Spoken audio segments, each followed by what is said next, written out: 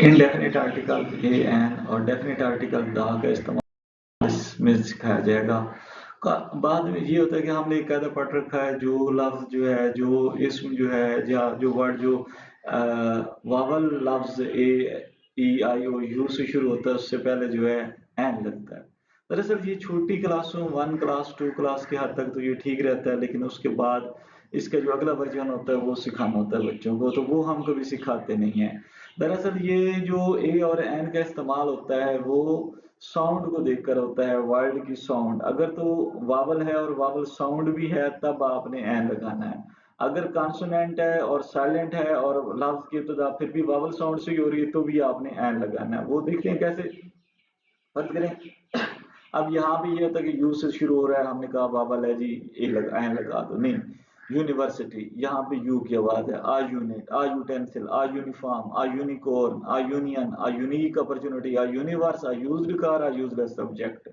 यहाँ पे यहाँ सब जो है वाई, यू की आवाज जो है वो वाई वाली है, यू।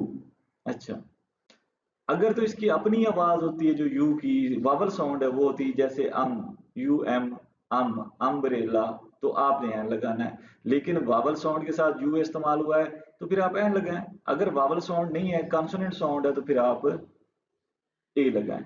इसके बाद words starting with E sounds like you, जैसे यूरोपियन, ई से शुरू हो रहा है, ये इसका जो सिर्फ होती है ई डब्ल्यू यू, यू, ये फीमेल शीप को कहते हैं। योलॉजी, यूफेमिज्म और यूटोपिया। अब इन सब के लिए भी आपने ए लगाना है। ये नहीं देखना कि ये वावल से शुरू हो रहे हैं तो मैं नहीं, वावल से हमारा जो कायदा है अब वो ये है कि वावल को आपने देखना है, आवाज को देखना है। अब ये वर्ड्स गेम जो साउंड की गेम है, ए एन साउंड की गेम है, आपने ये याद रखना है। चाहे ये लफ्ज जैसे भी इस्तेमाल ओ से शुरू हो रहे हैं, लेकिन इनकी आवाज शुरू में डब्ल्यू वाली आ रही है, वाह वाली आ रही है। A one way, a one eyed, a once in a lifetime, a one one, one on one meeting. तो यहाँ पे वन की आवाज आ रही है ओ की, जिनके ओ से ऑरेंज होता है, अनियन होता है, फिर तो आप एन लगाएं। लेकिन अगर वाह वाली आवाज दे रहा है तो वाह जो है ये कॉन्सोनेंट साउंड होती है, तो आपने कॉन्सोनेंट साउंड से पहले जो है, अगर आप उर्दू में सीखना चाहें तो जिन लफ्जों की अगर आप इमला लिखें, जैसे इस वन की इमला लिखे थे, वाव और नून आएगी। जिन लफ्जों की इमला अलिफ और एन से होगी उनके साथ आपने एन लगाना है। जैसे एप्पल है अलिफ से, जैसे ऑरेंज है अलिफ से, जैसे एलिफेंट है अलिफ से। जब उर्दू में ओ ट्रांसलिटरल होता है ना, जो इंग्लिश का बिल्कुल इंग्लिश लफ्ज इंग्लिश का लिखना होता है लेकिन उसको उर्दू में लिखते हैं, तब ये नहीं कि उसकी उर्दू तर्जुमा नहीं, जैसे ही वन है तो डबल वाव और नून वन ऐसे। तो अगर वो इमला जो है अलिफ या एन से लिखी जाएगी तो फिर आपने एन लगाना है, नहीं तो आपने ए लगाना है। अलिफ और एन की आवाज होती है आ उ, बस ई, आ उ ई, ये वाली आवाजें होती हैं इनकी। तो यहाँ आपने ये चीज दिन में आप रखनी है। ऑनेस्ट, आप देखें एच तो है, कॉन्सोनेंट तो है, लेकिन इसके साथ एन लगेगा। वजह क्या है कि ये साइलेंट है और ओ से शुरू हो रहा है। अब ऑनेस्ट की आप लिखें ऑनेस्ट, अलिफ मद्दा लिखेंगे ऑनेस्ट। इसी तरह आवर अलिफ मद्दा से लिखेंगे, आनर अलिफ मद्दा से। एयर, एयर जो है ये एयर होता है, पूरा एयर जैसे साउंड एयर, एयर, एयर की आवाज जो है एच, मतलब ये है कि यहाँ एच है तो सही लेकिन साइलेंट हो जाता है, तो हमने तो साउंड को ही देख रहे हैं ना कि पहली साउंड उसकी कौन सी है। जैसे अब है एम बी ए, अब एम को बोलते हुए आप देख लें, एम अलिफ से एम लिखते हैं, अलिफ ये मीम। अब यही बात मैंने आपको बताई कि उर्दू में या तो आप देख लें कि जब उसकी इमला लिखें अलिफ या एन से हो, या इंग्लिश में जब आप देख रहे हैं साउंड को देखें तो अलिफ या एन की साउंड हो, या आ ई ओ ये वाली साउंड हो। एल सी डी, ये देखें एल, तो एल सी डी को अगर आप लिखेंगे तो अलिफ से ही ये इसकी इमला शुरू होगी। अलिफ यहाँ, अलिफ ये और लाम है एल, और सी जो है सीन छोटी ये होता है। तो यहाँ पे आपने अपनी वो चीज, अगर ये आसान असूल ये है कि अलिफ और एन की इमला याद कर लें, जिस इसम की अलिफ या एन की इमला होगी। उसके बाद जो है द डेफिनेट आर्टिकल द है, ये असल में द है, द ये दैट की शॉर्ट फॉर्म होगी, ये दैट, दैट से शॉर्ट वो ही।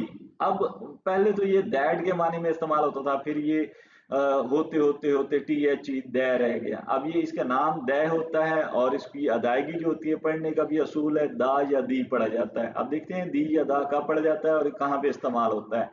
Is used two point a specific person, place और थिंग, ये खास यानी कि उसकी तरफ बता, यानी ये पता होता है कि जब हम दा लगाएंगे या दी लगाएंगे तो उसके बाद जो भी इसम आएगा वो खास होगा।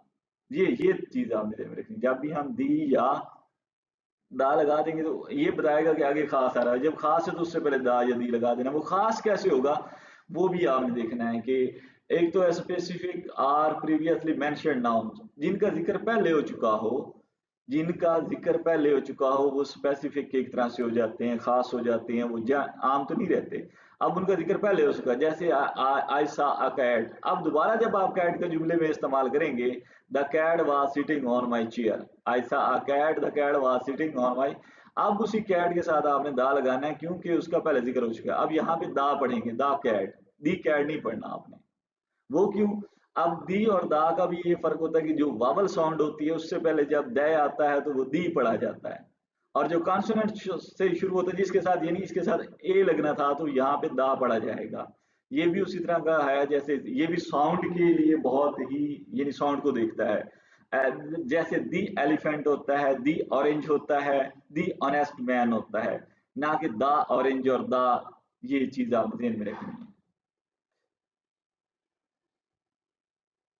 Unique objects and groups use the things that are unique, बिल्कुल एक होती हैं, जैसे the sun, the moon, the sky, the world, where there is only one of its kind in a specific context. The sun, the moon, the sky, the world. Please turn off the light. अब यहाँ पे the one in the room, यहाँ contextual में भी वही समझ आ रही है कि हाँ, एक जो लिखने वाला है, जो पढ़ने वाला है या सुनने वाला है, जब वो भी जानता हो तो फिर आपने दा को लगाना होता है। यानी आप जिससे बात कर रहे हैं अगर वो चीज उसके बारे में वो पहले से ही जानता है तो फिर भी आपने उस चीज के साथ दा लगाना है। गिव मी द कीज, यानी कि वो चाबियां जो, तो वो अगला बंदा भी जानता है कि मैं किस चाबी की बात कर रहा हूँ। सुपरलेटिव्स एंड ऑर्डिनल नंबर, ये भी याद रखें, जितनी भी एडजेक्टिव्स के सुपरलेटिव्स होते हैं उनसे पहले हमेशा दी बेस्ट लगाना है आपने। The best, the best, the tallest, the most interesting book, the first, the second, the last. यानी ये ऑर्डिनल्स होते हैं। ऑर्डिनल यानी वहां फर्स्ट सेकंड थर्ड जो नंबर के हिसाब से तरतीब में आते हैं। सुपरलेटिव्स और ऑर्डिनल्स के साथ भी आपने दा लगाना है। जियोग्राफिकल नेम्स जो हैं उनके साथ, while most countries and cities do not use an article, specific types of geography requires the।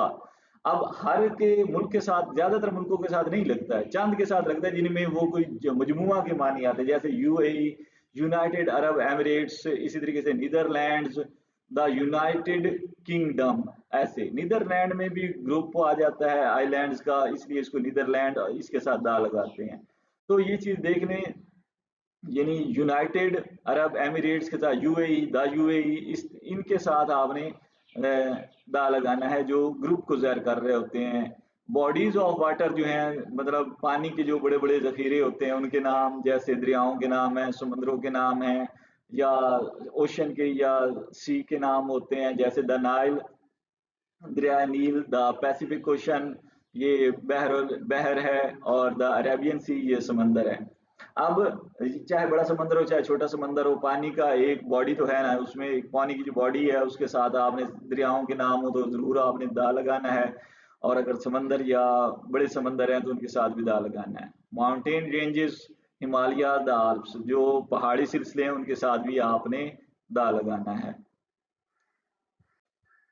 Proper names, groups and organisation, the newspaper जो है उनके साथ द टाइम्स, द गार्डियन। कुछ अखबारात के नाम के साथ भी आपने दा लगाना है। होटल एंड म्यूजियम जो होते हैं उनके साथ भी, ये द सुल्तान क्रस्ट, ये मैंने इलाकाई होटल का नाम लिखा ताकि आपको समझ आए। द लासानी होटल, ये जो इधर ही अहमदपुर में है, उनके नाम लिखे ताकि आपको पता चले कि होटलों के नाम के साथ दा लगाना क्यों जरूरी होता है।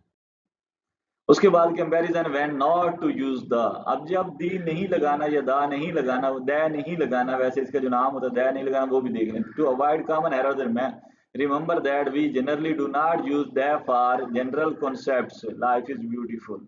अब इसमें लाइफ जनरल बात हो रही है, इसमें आप नहीं लगाना लाइफ के साथ कुछ भी, द लाइफ नहीं लगाना आपने, क्योंकि ये एक आम बात, लाइफ इज ब्यूटीफुल। हमने एक जनरल बात की है, आम बात की है, यानी सबके लिए कर दी है। लैंग्वेज ही स्पीक्स इंग्लिश, बस इंग्लिश के साथ फिर ए एन या दी ना लगा के बैठ जाओ। असल में यहाँ पे आ जाता है, खाली जगह बच्चे से पूछ लेते हैं, ही स्पीक्स खाली जगह English, a and the none of these, तो बच्चे को नन ऑफ दीज का कॉन्सेप्ट ही नहीं होता, इसलिए वो ए एंड या दी लगा के बैठ जाता है। और वैसे भी जब उसूल सीखा नहीं जाएगा तो वो आएगा कहाँ से, रट्टा तो नहीं चलता ना इतना। रट्टा तो आज लगाओगे कल फिर भूलना पड़ेगा। मील्स, अच्छा आई हैड ब्रेकफास्ट, ये नहीं कि आई हैड द ब्रेकफास्ट, ये बहुत बड़ी गलती है जो हम धड़ाधड़ कर रहे होते हैं। मोस्ट कंट्रीज, ज्यादातर जो ममालिक उनके साथ नहीं लगता है, सवाए जिनके साथ ग्रुप या मुतहिदा का मैंने लफ्ज आता है, जैसे ही लिव्स इन पाकिस्तान, बस ना कि द पाकिस्तान।